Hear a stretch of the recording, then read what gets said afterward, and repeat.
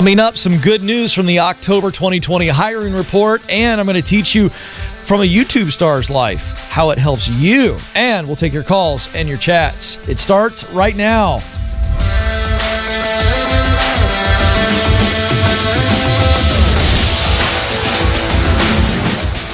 I am coming to you live from Ramsey Studios in Nashville, Tennessee, and you are joining a conversation about who you are, what you were created to do, where you want to do it, and how you can get there.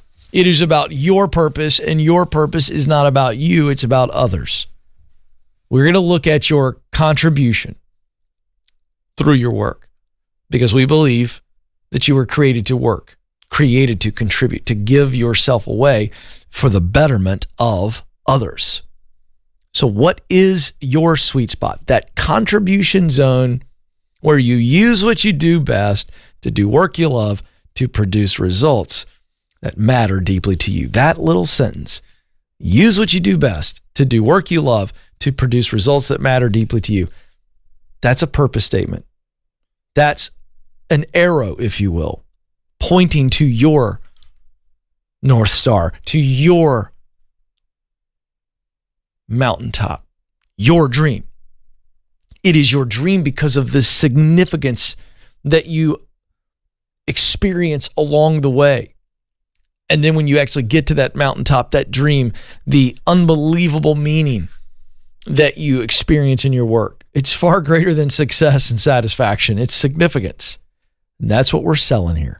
You've got the answers. It's my job to help you figure them out. 844-747-2577.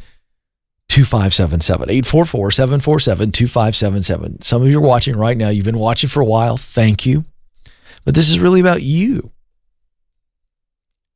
And the reason I love this program so much is because you have the opportunity to call me right now.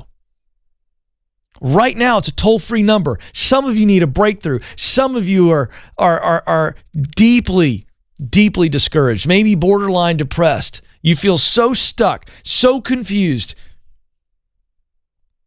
You just don't know if you can put up with another day in a dead-end job. You're one phone call away from clarity.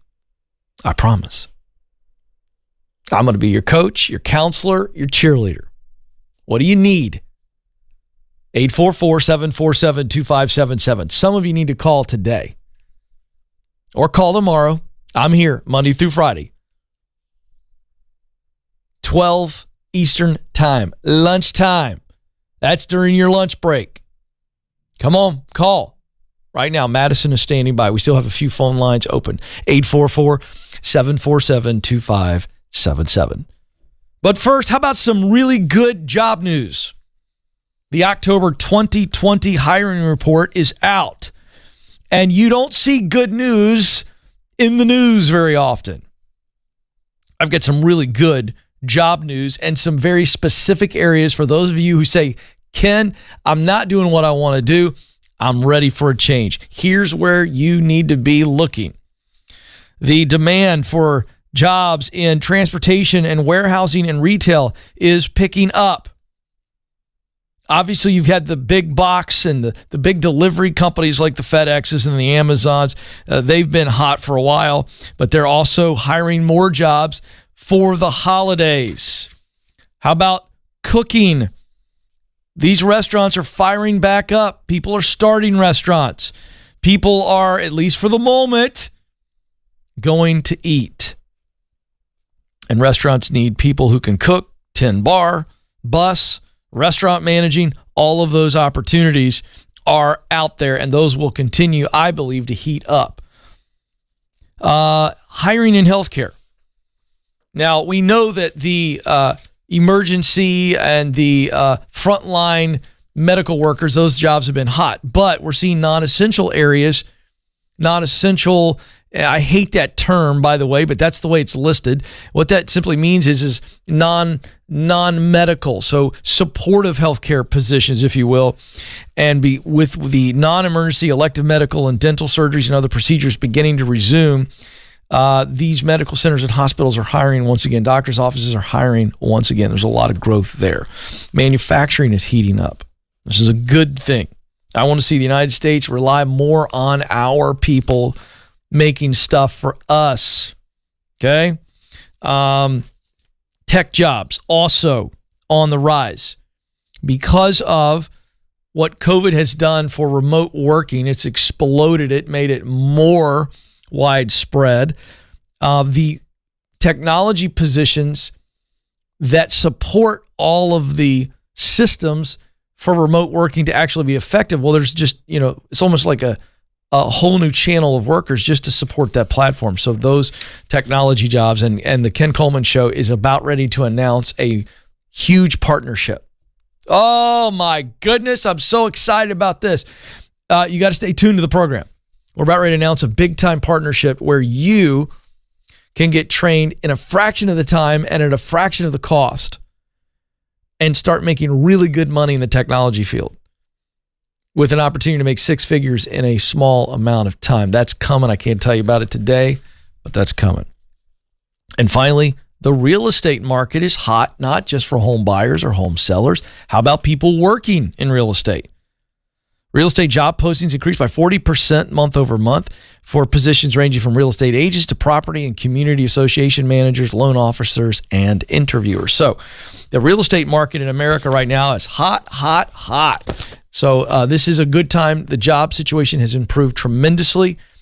Don't pay attention to all the negative news that the world is coming to an end despite which candidate wins, because it's not.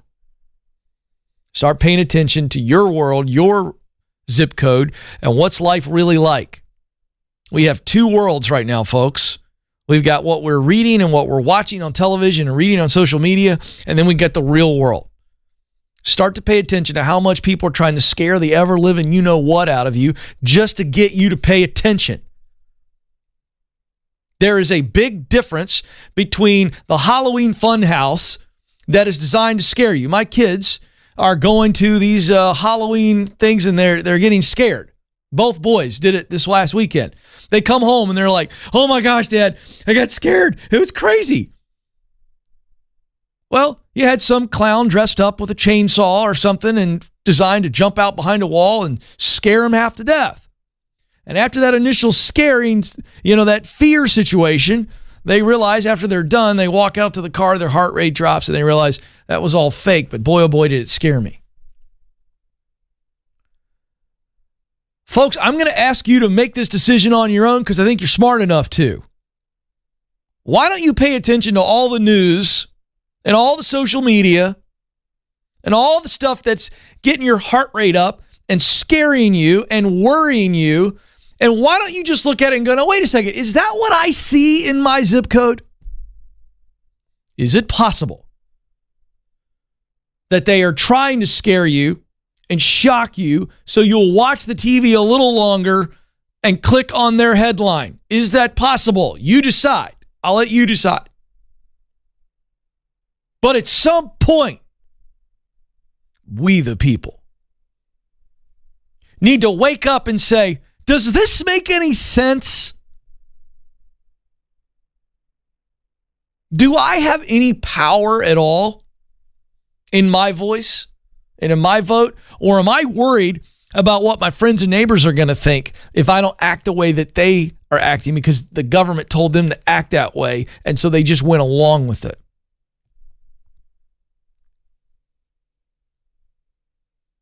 There's a greater problem than this pandemic right now, folks. And I'm going to tell you what it is. It's one little word that if you see it on paper or on a whiteboard or on a screen, you go, you don't even think too much about it at all. In fact, it's kind of a boring word. But if you really examine it in our current times, you're going to realize how insidious and dangerous it is. Here it is, compliance. If you just keep going along with stuff that you know in your own head or when you have a private conversation around people that either are like-minded with you or you're really not worried about offending them, and if you hear this and you go, "This is dumb. This doesn't make any sense. This is ridiculous. This is like one of those stupid rules that we had to deal with in school, but because we were the kids, we couldn't tell the teacher, this is a dumb rule, but we all knew it was dumb. And when we became adults, we all talked about how dumb it was. We go, yeah, that was dumb. Why'd we do it? Because authority told us we had to." Oh boy, I am I am stepping on some toes right now because some of you people right now, you're all hung up in compliance because you don't want anybody on social media to criticize you. You don't want anybody in your grocery store to look at you cross-eyed and give you the stink eye. I'm telling you something, folks. You better start deciding for yourself, and you better start deciding how compliance is overriding your common sense. There you go. How about that? Just soak on that and just chew on that. There, I said that. See, that has nothing to do with political parties. That has everything to do with common sense. Don't forget that we, the people, are the ones who decide who's in authority. And one other little nugget. Throughout history, I have never seen or read an instance where the government took freedom away and then gave it back. Never seen that. Go ahead and soak on that. There you go. That's all I'm going to say on that because I am truly a believer in you, the people. I really believe in your head and I believe in your heart. That's why I do this show. This show has nothing to do with what the government tells you can and can't do. This show has everything to do with purpose and what you were created to do. And I'm all about freedom. I don't care how you think. I don't care what church you go to. I don't care who you love. I don't care. I care about you, the individual, being who you were created to be and doing what you know you're supposed to do. That's what I care about. And to the extent that we allow any person or any social media mob or any media person or any politician to take away that basic idea that I have a God-given right, as Thomas Jefferson so eloquently wrote in the Declaration of Independence, I have the right to life, liberty, and the pursuit of happiness. And we've gotten away from that. So there you go. You can soak on that today and make of that what you will. 844-747-2577. 844-747-2577. Let's go to Castle Rock, Colorado. Sarah is on the line. Sarah, you're on the Ken Coleman Show. Good morning. Thank you for taking my call. You bet, Sarah. How can I help? I'm discouraged. I'm depressed. Mm-hmm. I have submitted 50 resumes at least. Wow. Since losing my job due to COVID. Mm-hmm. I've had 2 second interviews, and that's it out of all of the resumes I've wow. put out. How long of a time period has that been when you submitted 60 minimum resumes? It's been since I lost my job, April 1st. And oh my goodness! And what kind of jobs are you going after? Sales positions. I love sales. Okay. What and if you were going to get, let's dream a little bit. If you could just say, Ken, I want a sales job selling this product or this service for this type of company, what would that be? Or for who would it be selling for? I mean, that's a great question. I went back to, what did I want to do when I was growing up? I always wanted to be an interior decorator. I would love to get to the, real estate. I love to decorate people's houses. Yeah. I do the challenge of the Goodwill challenge. I'll go to Goodwill and decorate your house like $1 million home. But that's fun. So let me ask you this. Okay. So are you in a single income situation, double income? What's going on there? Single income. How are you? Are you on unemployment? Is that basically how you're floating? I'm on unemployment, yes. And I went from making $6,000 a month to $2,000. Oh, bless your heart. Yeah, it's okay. So struggling. what do you think is the issue? Do you have any sense? I don't know. I mean, I've changed my resume per your instructions. Are you cold calling, essentially? Are you submitting resumes cold? I'm submitting them through job postings, Indeed, LinkedIn. Right. But that's cold. So what I call, that's like a cold call. You're a salesperson. Okay. You know what a cold call is. Right. I thought you meant, am I just walking in and handing them in person? And I am not doing that. Yeah, but you essentially are online. Same deal. Okay. Think about it. Because here's what's happening. You're showing up as a file. Okay. Here's another electronic file. You know, in the old days when you would submit manual resumes, it's like a stack of paper, right? And so you are another sheet of paper in a large stack. There's no competitive advantage for you at all, the way you've been doing it. Now, I'm grateful, not because it's mine, but I'm glad that you at least have the right resume template, because that is designed to make you stand out. However, Sarah, I've said on this program before, and I'll never stop saying it, even my Ken Coleman Show resume template, which I think is a beautiful template. It's reversed everything, as you know. It puts who you know at the top, because that's what really matters. Even my resume guide and my template is worthless without relationships attached to it. That's why I wrote the book, The Proximity Principle. The reason that people don't get opportunities, and the reason that opportunities are hard to come by, are because we are ultimately, and I'm not criticizing you, I'm trying to illuminate what your problem is so that you're not as frustrated. Your problem and your challenge is not that you're doing activity, it's that you're not doing the activity the right way. And so you are essentially playing the resume lottery. Okay. So what we have to do is we have to start over. We go, okay, I've got a good looking resume. It's a nice brochure. But if the right person doesn't see it, or if the person doesn't see it under the influence of somebody else going, hey, let me tell you about Sarah and how I know Sarah, and Sarah's a rock star, and I think at minimum Sarah is entitled, because of her talent, to an interview. I really recommend this. This is coming from somebody who knows the hiring manager, saying, let me tell you about, I don't know Sarah personally, but my sister has known Sarah her whole life. And Sarah lost her job to COVID, but Sarah's a rock star, and my sister thinks she'd be an unbelievable fit. Do you see the difference in that scenario? I do, and I've used that channel a couple times. It just still has not. I understand, but it was also a really not such a great job market at the time either. I know, but yes. All right, so here's my point. I'm trying to address you being discouraged. I understand why you're discouraged. Yeah. Okay, but you have one choice. Okay. You have to get determined, because if you don't get determined, if you don't up your ante right now, now's not a time for you to be discouraged. Now's a time for you to double down and get determined and say, I could have done it better. There's always something I can do better. I gave a brand new talk last week, Sarah. And my brand leader and I, Damon, we were talking about it. We always do. And I said something to him that I say all the time, which is anytime I do a new talk, there's always so many more ways to get better on that talk, because it was the first time I did it. And I think you've got to double down now and go, okay, I did a lot of resumes, 60 plus. There's always a better way. There's better connections. And so when you look at those couple times you did it, and I'm not getting on you, I'm just trying to coach you right now. Right. It'd be like me trying to teach you the game of golf, and we took 2 lessons and you're frustrated. You're like, Ken, I can't hit the ball down the middle. And I go, well, you took 2 lessons. Right. So you basically tried it my way 2 times out of 60. So I'm going to tell you what I would tell you if I were your golf coach, because I'm your career coach.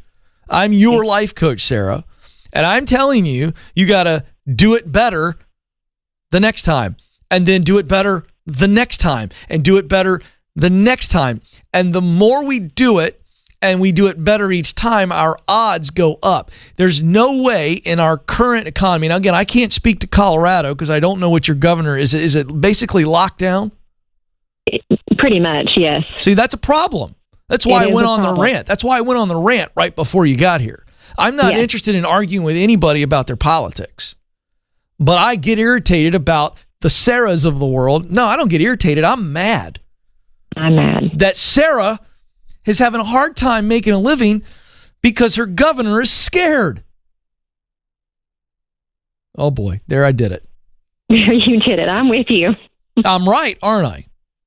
You are very right. I know. But here's the deal. who is hiring sales positions? Are there national companies? Do we look outside of Colorado where we go, okay, from a remote standpoint, companies still need salespeople. And I think you've got to look to regional and national opportunities right now, just because of the fact that Colorado's economy is largely shut down. So I'm guessing your unemployment rate is higher in Colorado. It is. Yeah. Do you know what it is in Colorado right now? 8%. Yeah. 8. Yeah, that's not too bad, but that kind of mirrors the national numbers. I think it's low 7% right now nationally. So that's up, obviously, from where we were pre-COVID. So I think there's opportunities out there. I want to give you a copy of my best-selling book, The Proximity Principle, and I think you can read it in about 3 or 4 days. And I want you to do it because there's assignments I give you, simple, easy tasks that are super practical that will get you some momentum. And it's time for you to double down, okay? But I'm going to actually do the work for you and tell you what to do. Does that sound like a good deal? I would love that, yes. Now listen to me, Sarah. I believe in you. Thank you. I do not want you to quit. There's somebody out there who needs you. Now, there's one other little direction I want to go before I let you go. Okay. Yes, I know you love sales and you have a lot of experience in sales. However, as I started the program this morning, I don't know that you were listening because Madison was probably getting you ready to talk to me, but the real estate market is blowing up and they are hiring people that are non-real estate. So it's not all realtors. They're looking for people to either manage properties, to be support services. And if you love that interior decorating, I would open that up as a new channel. Okay. Because here's why. Let's say they look at you and they go, Sarah's a sales professional, which means she knows how to communicate really well. True or false? True. Sarah is a rock star with a lot of sales experience. I mean, she's really good at connecting, not just communicating, but connecting and influencing people to make decisions. That's true, or is that false? That is true. Well, don't you think there are several other jobs that may not be traditional sales jobs in the real estate market where you could step in and at least make more money than you're making on unemployment? I believe that there is. I believe there is too. And I also believe that if you come to them and go, hey, I can sell anything to anybody and I've got an eye for design, I can also help stage some of your homes. Oh, I'd love that. I know you would. Yep. So there's another idea, another channel for you to pursue. You hear me? Yes, sir. Don't take no for an answer. And I also don't want you to hold out for a sales job where you are making the exact same amount of money. At this point, I'm fine with you getting a sales job, customer service in that sales role and like real estate, because that real estate space is where you ultimately would love to be anyway. Yes, it is. So go there. Because even if you start making $4,000 a month, that's better than the 2. Yes. And guess what else is going to happen? That right there, that chuckle, that inner spark is going to come back to you and you're not going to feel down. You're going to feel like I'm back. I'm making some progress. Am I where I want to be? No. But am I on the right path? Yes. And that's the Sarah we all need. Am I right? Yes, sir. All right, Sarah. Yes. Hey, yay. I believe in you, Sarah. All right? Thank you. Thank you get so after much. it. Get after it today. It starts today. The message for Sarah and the rest of you that are in the similar situation that Sarah's in, by no fault of your own. Can I also throw that nugget in there? It's not Sarah's fault that COVID happened. It's not your fault either. It's not your fault that the artificial economic shutdown that fearful, unwise leaders have made all around the world, not just America, not just your governor, not just your mayor, all around the world. We got leaders in a panic because they don't want to be criticized by the media or somebody of the opposite party. They don't want to be seen as not being in control. So what are they doing? They're controlling you. It's not your fault. Sarah got laid off. I understand you're down, and that's normal. I understand you're discouraged. That's normal. But it is now when you say, I need to get determined. I'm not going to accept discouragement. I'm going to focus on being determined, and nothing will ultimately stop you. All right, back to the phones we go. We're going to go right here in the shadows of our Ramsey Solutions headquarters. Jamiroquai, if I'm saying that right, is on the line. Jamiroquai, you're on the Ken Coleman Show. Yes, sir. I'll get right to my question, Mr. Coleman. I recently graduated with my degree in business administration in May. Thank you for Dave Ramsey. I graduated in 3 years debt-free. Yay! That's awesome. Way to go. Thank you. And I just turned 21 years old, but I graduated at 20. So you are amazing. I started in May with the temp agency, kind of temp to hire, and one of like the top 3 employers in Forbes magazine. And I took a pay cut when I got hired full time, but I recently got a promotion within the few months that I was working. However, I took a pay cut, and now I have a yearly review coming up in January, and I'm trying to figure out how do I ask for a raise. And I've been doing everything right. I've been working hard. I basically, in a short sense, I run circles around everybody. I'm a team player. I do everything right. So how do I kind of get that situated? Yeah. So what I want you to do is I want you to go into this annual review, and I want you to go through their normal annual review process. So essentially, you're going to play tennis with your leader on that normal conversation. Then there will be a moment in the conversation where you can talk, right? And you've gone through the thing. I want you to say, hey, listen, as I look back on the last year, and so you've already heard their feedback. You want to be at the place in the conversation where they've given you all the constructive feedback or anything they're going to give you. At which point you then say to them and say, hey, listen, I want to grow. I want to grow as a professional woman. I want to grow in this particular company. I really do. And so I want to talk to you about, could we craft, now that I'm in my first year and we've had my interview, can you and I work together to create a growth plan for the next year? So between this moment and 12 months from now, when I'll have my next annual review, I would love to create a growth plan. And I'd love for it to include the things you just told me, the constructive criticism. See, those are areas, I've already written those down. And by the way, you need to write those down in that meeting. And those are the areas where I can grow and get better, which means more valuable. So I'm going to work on those areas. Thank you for sharing that with me. Are there some other areas that you can, so you say to them, some other areas where I don't need to improve, but I need to add some skills. Do you understand the difference? Yes, sir. All right. So you say to them, what are some things that you think that I could add that would make me more valuable? Because I want to increase my responsibility in these next 12 months. And I want to be measured by some new goals and some new responsibilities. So I'd love for you and I to work together. You're talking to your leader this way, and you're saying, I want us to work together to come up with a plan. And I call it a growth plan.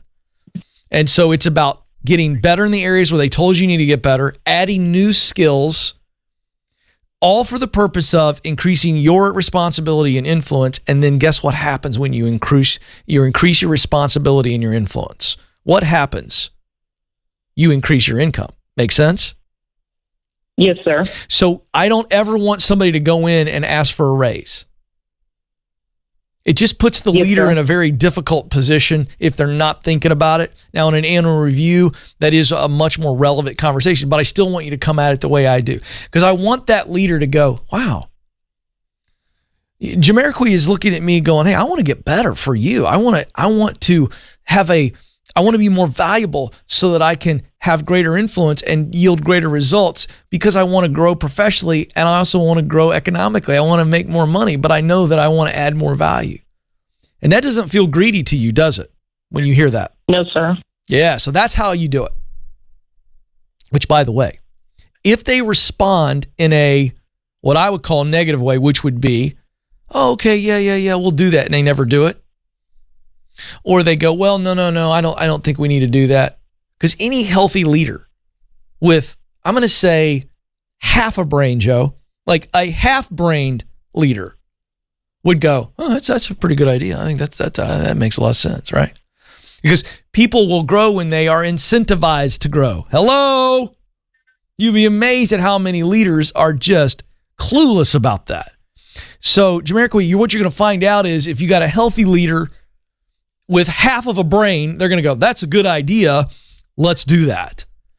But an unhealthy leader who doesn't have any brain at all is going to kick the can down the road and not do that. And as a result, this is not a place I need to be. So that's why I love that process. All right, let's go to the chat room. We're going to keep rolling along, answering your questions. And coming up, what a YouTube star can teach you about you. This is really fun. Coming up, Maris writes in, Ken, do you think passion may be overrated in today's society?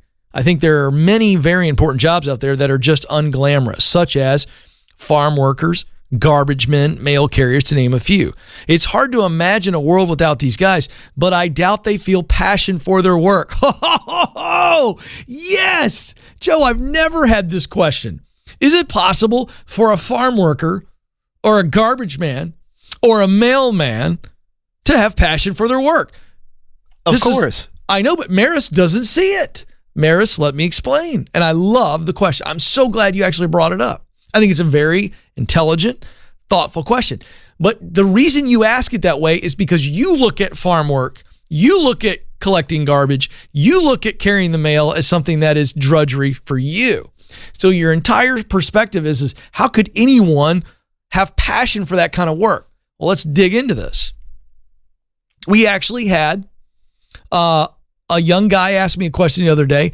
Ken, I run a equestrian farm, and I'm having a hard time finding hourly workers that are, passionate about the work. And I said, really? I said, let me ask you a question. What do you love most about the job?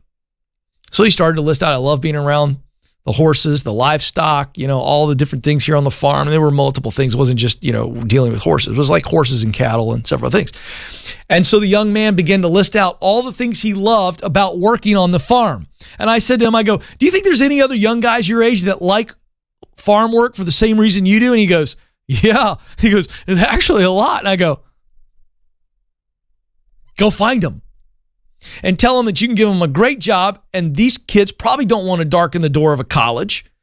And they just need permission from somebody else to go, do you love working with your hands and outdoors like I do around livestock all day? And they're going to go, yeah, man, I'd love that. Then hire them.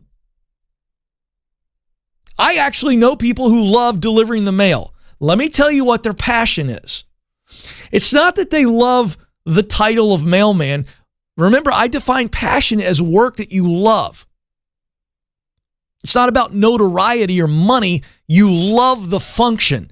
And I know people who really, really love being the person that on schedule, safely, reliably deliver important things to people. That's what the mailman who loves his job thinks about. Am I right, Joe? They go, I love being the guy who delivers important packages. I make sure that they arrive safe and not damaged, on time. And I know that I am a huge, huge factor in important things getting to the right people. People are waiting on me. They're waiting on stuff, and I deliver it. So that person is a person who loves all of the facets of being a mailman. The mailman is just one of the options that they deliver results that matter to them. Same thing with working on a farm or even a garbage man. I know guys that are multi-millionaires running garbage truck companies, and they started out on the back of a truck. Does anybody really love picking up a garbage can and throwing it in the thing? Well, if you want to split hairs like that, maybe not. But they realize that it is the path forward for them. It is an opportunity, and see, all work is honorable. And so there will always be people who need that hourly wage of picking up a trash can and throw it in the garbage truck to be able to meet their need now, to ultimately go where they want to go. And that kid who started out on the back of the garbage truck could then eventually take over a junk hauling service and provide jobs. So don't overthink this. Don't overthink it. Wawaru, if I'm saying that right, says, can I become a software engineer without going to college? You can get into software development without being in college. The engineering role, that depends on who and where and how we're defining engineer. But I would tell you, you can be in software and do very, very well, make six figures in software without going to college.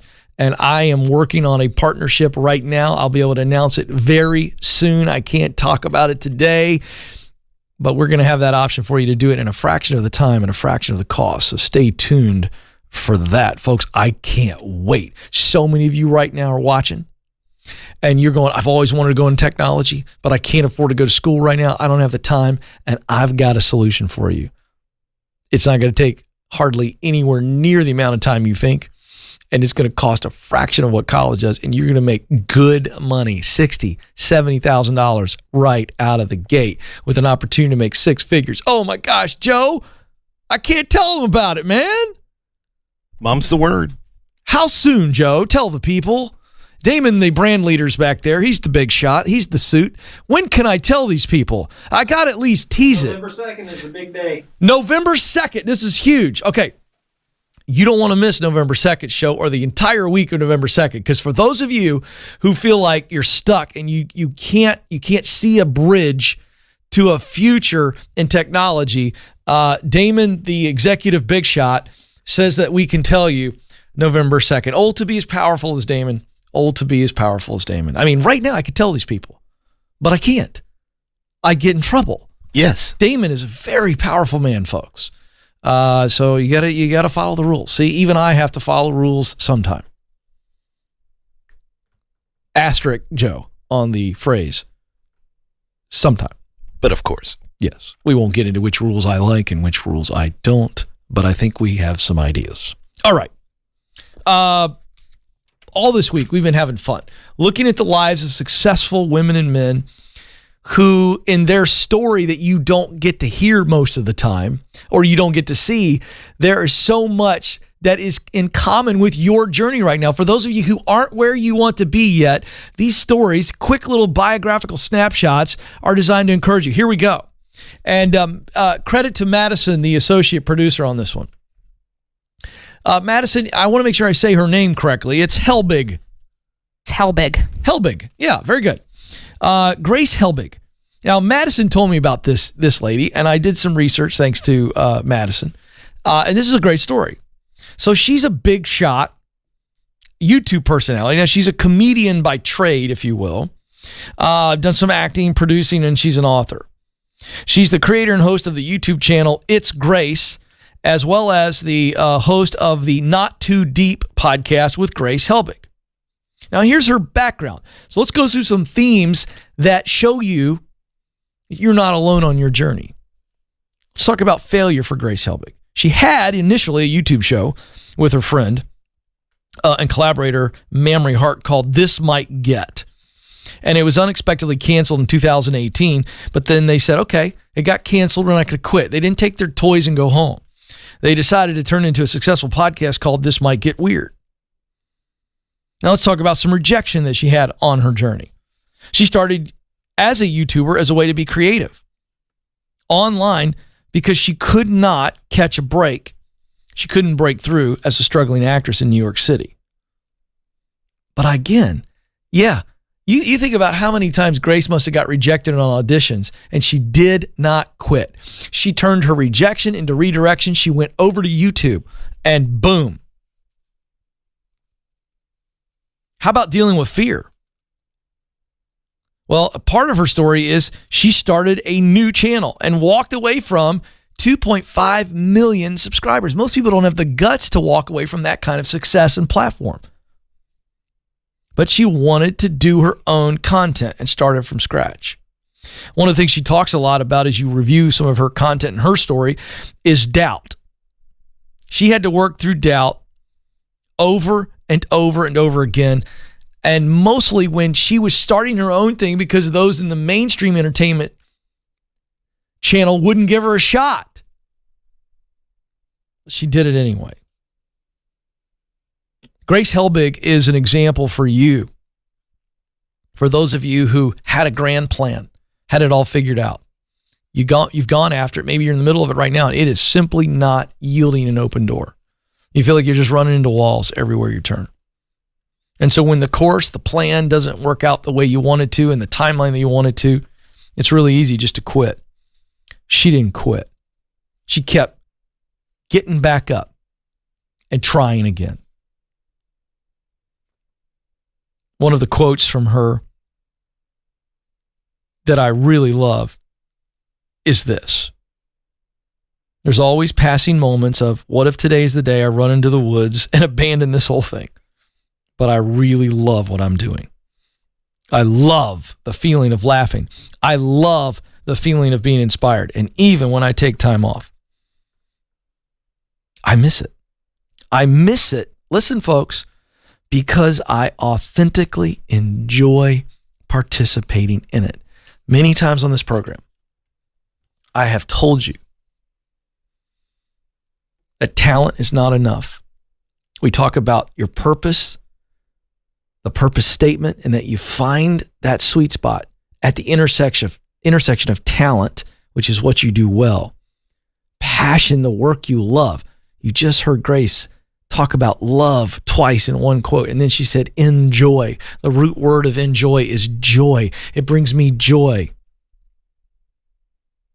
And then mission is the results that matter most. When you can figure out the work that you love, you do it simply because you love it. It doesn't matter how many people notice it. You just love doing it. It doesn't even matter how much money you're making. You love doing this work. So you have to love the work, and you must love the result of the work. That's mission. Mission is the results of the work. What results bring me joy? When I do this work, I create these results. It is passion and mission that bring it all back into focus, because there's a lot of talented people in this world. They're doing a job that they're good at, but they don't love the work and they don't care about the result of the work, but they're just good at it and they're making good money and they're miserable. And the reason is because they're not using what they do best, talent, to do the work they love, passion, to produce results that matter deeply to them, mission. Folks, it's worth it. It's worth the journey. It's worth the digging to figure out your sweet spot, your contribution zone, and then get there. It's the difference maker. You want to live with joy? Live and work on purpose. My time is almost up, but before I let you go, I want you to know that you matter and you do have what it takes. Don't quit. Thank you for joining us. Until next time, this is the Ken Coleman Show. Press on.